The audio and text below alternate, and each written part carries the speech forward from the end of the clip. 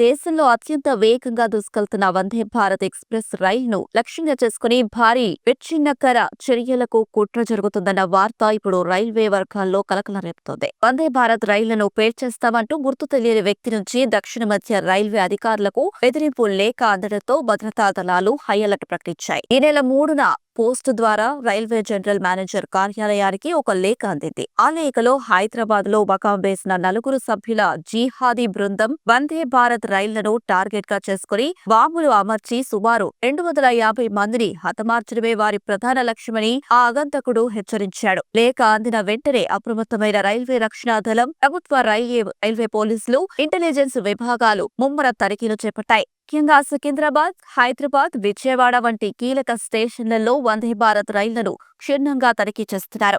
Dog squad, bomb squad బృందాలు railway ట్రాక్లను, కోచ్లను నిరంతరం పర్యవేక్షిస్తున్నాయి. స్టేషన్లలోని CCTV ఫుటేజ్లను పరిశీలిస్తూ అనుమానితుల కదలికలపై నిఘా పెంచారు. రైల్వే అధికారులు ప్రయాణికులను అప్రమత్తంగా ఉండాలని కోరారు. రైలులో గానీ, ప్లాట్ఫామ్ వద్ద కానీ ఏదైనా అనుమానాస్పద వస్తువు, వ్యక్తి కనిపిస్తే వెంటనే 139 టోల్ ఫ్రీ నెంబర్ కు లేదా స్థానిక పోలీసులకు సమాచారం అందించాలని సూచించారు. ఈ లేఖ నిజమైందా లేక ఎవరైనా ఆకతాయిలు పంపిందా అనే కోణంలోనూ పోలీసులు దర్యాప్తు చేస్తున్నారు.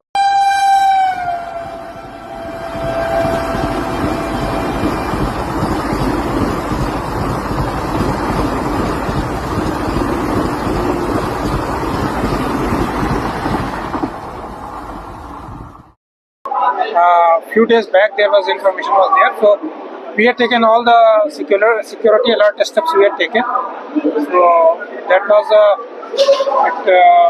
it came out to be probably some prank, because there was no concrete demand. It was simply said that we will be blasting, otherwise give us rupees 2 crore, something like that.